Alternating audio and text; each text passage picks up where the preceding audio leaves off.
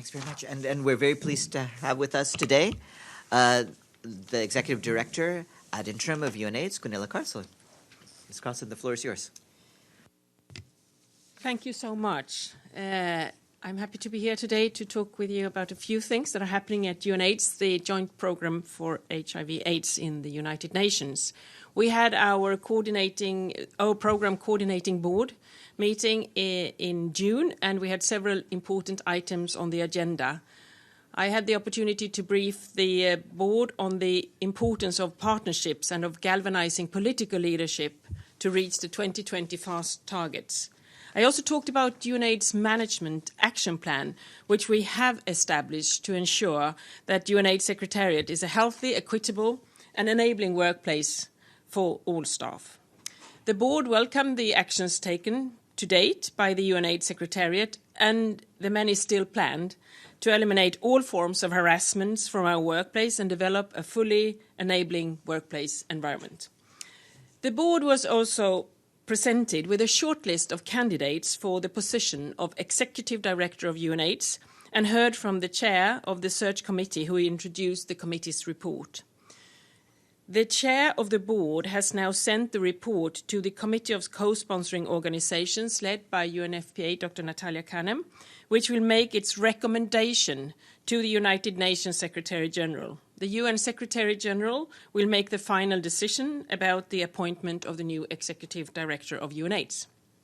We look forward to welcoming the new Executive Director of UNAIDS in the foreseeable future. We have also launched a new global report, and I would like to say that we are at a precarious point in the response to HIV. Some countries are making impressive gains, while others are experiencing rises in new HIV infections and even AIDS-related deaths.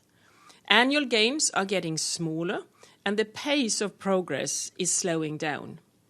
UNAIDS report shows that key global AIDS targets for 2020 are unlikely to be met, even though some countries and regions have made good progress.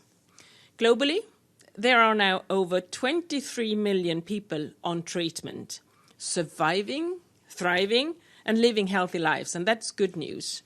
But globally, 15 million people are still waiting for treatment, either not being tested or being tested and not having access to treatment and care yet.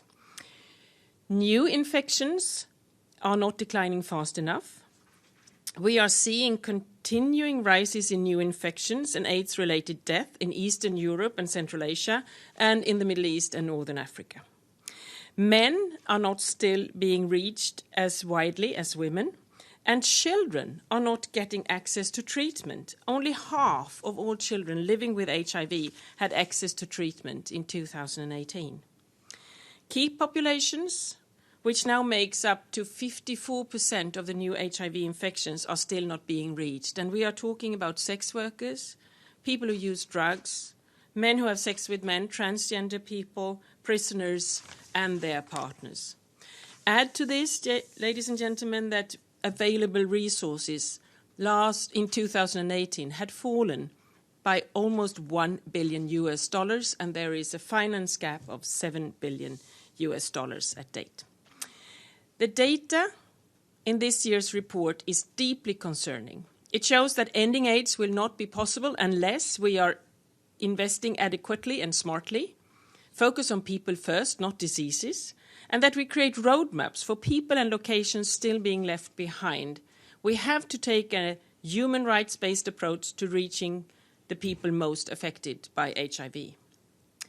The world is far off the target of increasing the number of new infections to 500,000 by 2020. In 2018, there were 1.7 million new infections. Reaching this target means that over the next 18 months, we must reduce new infections by 70%, and that never happened before. HIV infections are preventable and treatable, yet we must reinvigorate the goal of 0 new infections if the HIV response is to be sustainable. We need a strong commitment from political leaders everywhere to end stigma and discrimination that prevent people accessing essential life-saving services. We cannot end AIDS without ending stigma and discrimination associated with HIV. The UNAIDS Global Report clearly shows that communities can drive change, and that's why we had that as a theme for this global update. Communities are the eyes, ears and the hearts of the AIDS response, and they play a very critical role in holding decision makers to account and demanding political leadership. A common lessons learned in all parts of the world is that community approaches to the AIDS response deliver results.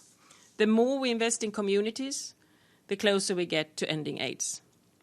The ways forward, as we see it, is that we need courageous political leadership to inspire the end of this epidemic, and that every country needs to put AIDS higher on the agenda, invest adequately and smartly, and build the capacity of civil society and primary health care.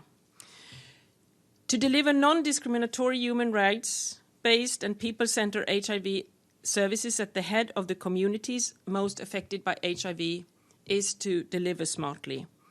And I don't underestimate the scale of challenges, but I do believe the end of AIDS is possible. This will, however, require increased political leadership and a renewed global commitment to end AIDS as part of the Sustainable Development Goals.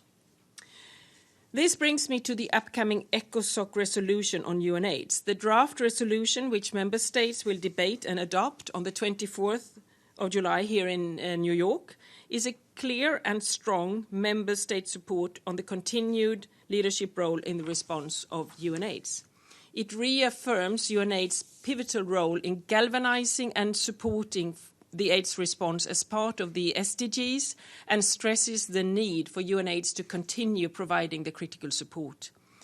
It recognizes the need for sustainable, fit-for-purpose and up-to-date UNAIDS, which is exactly what we are working to deliver.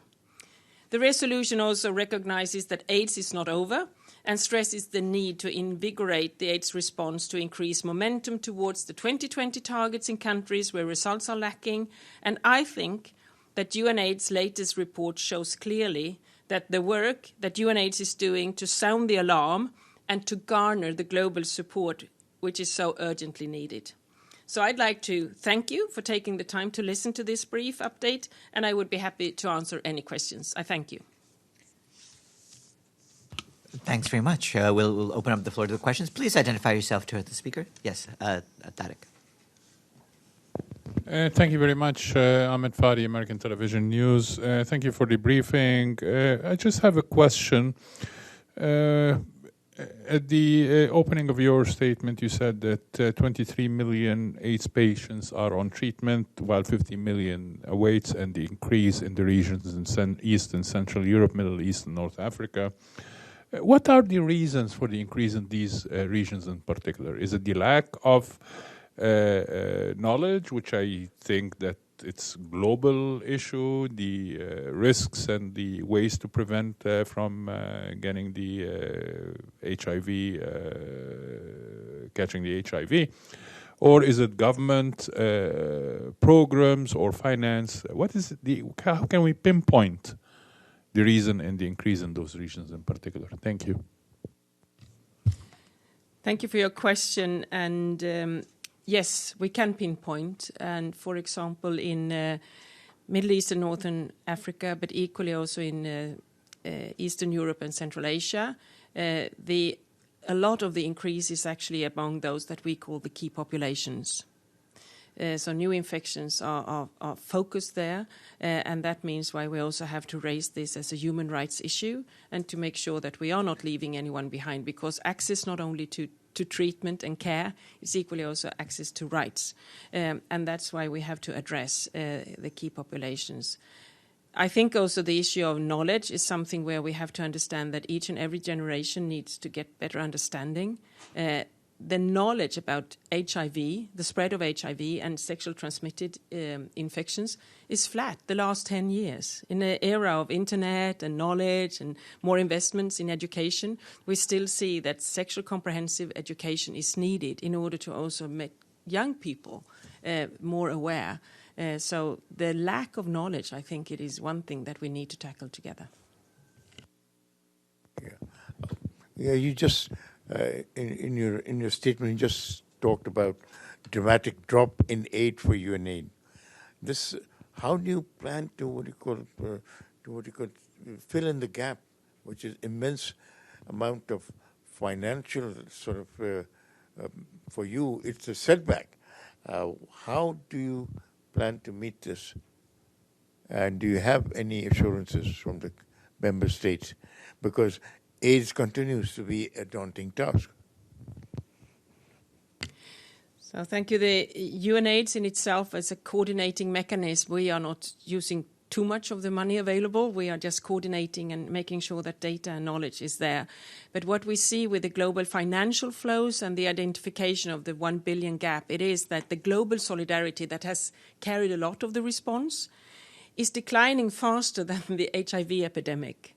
And that means that the domestic resources are not yet stepping up fast enough. Some countries are doing better. For example, I was recently in South Africa, and there the response is financed more than 80% by South Africa themselves.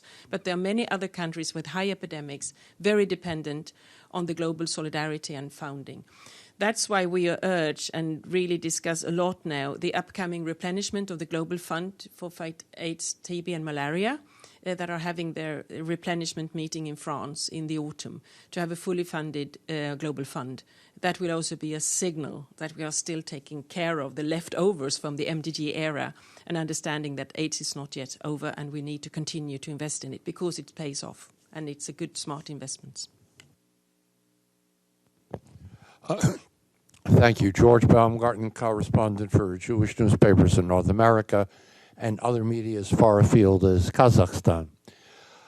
You mentioned, particularly in connection with education, something that occurs to me, there ought to be a huge worldwide advertising campaign, an information campaign, which should perhaps be standardized, perhaps with the input of UNAIDS and other most affected governments involved. Has there been any effort to have such a standardized campaign, identical advertisements, identical but for the linguistic copy that goes into them, which changes with the location? And just incidentally, you mentioned Central Asia. What are the Central Asian countries affected by this? I'm particularly wondering about Kazakhstan, for which I am the correspondent of the Astana Times here at the UN. Thank you. Thank you, sir. And I don't have the Kazakhstan figures exactly with me, but it's easy to access on our website and to have the full figures there. We have an office in Kazakhstan, but I must also say that there are so mixed pictures. The global update shows that geographical differences are very big. Now I mentioned Eastern Europe and Central Asia, but a lot of those new infections that we do see is in Russia. And that is also part of understanding the epidemic. And of course also co-infections with TB and other diseases. So it is a mixed picture.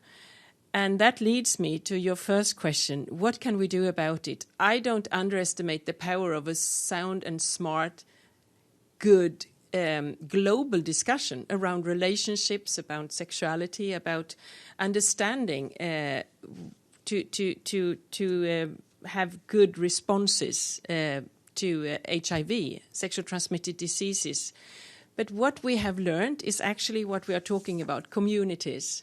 What is more efficient is the peer-to-peer support. It is when communities have the space to discuss this from not only a medical point of view, but also a social, economic aspect, and where young people feel that they are listened to and that they are not discriminated against, and where they get the right responses. And we have learned in parts of the world where communities can act and where communities can make sure that there is access to knowledge and have the space, and where there are no discriminatory laws, we can have a good response to the epidemic. And that also means the political leadership on all levels. So it is kind of complex, and thank you for the good advice. We will continue our global outreach and our advocacy to have AIDS high on the agenda, but also to show that this is not, it is something that is treatable and preventable, and that's also good news.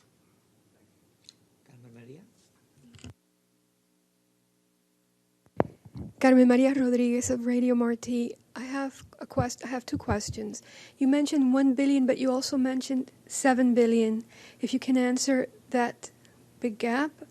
Second, we've heard you're speaking about space within a community and people speaking about and trying to get from the country and from the nation and the politicians some kind of response. How would you feel, or how do you view the suggestion of the lifting of the illegality of sex workers, for example, and the legalization of, let's say, the drug use? How would that impact favorably or not on AIDS? Thank you. Thank you. What we are trying to show in this report, and also that there are so many different ways of the epidemics and what drives the epidemic.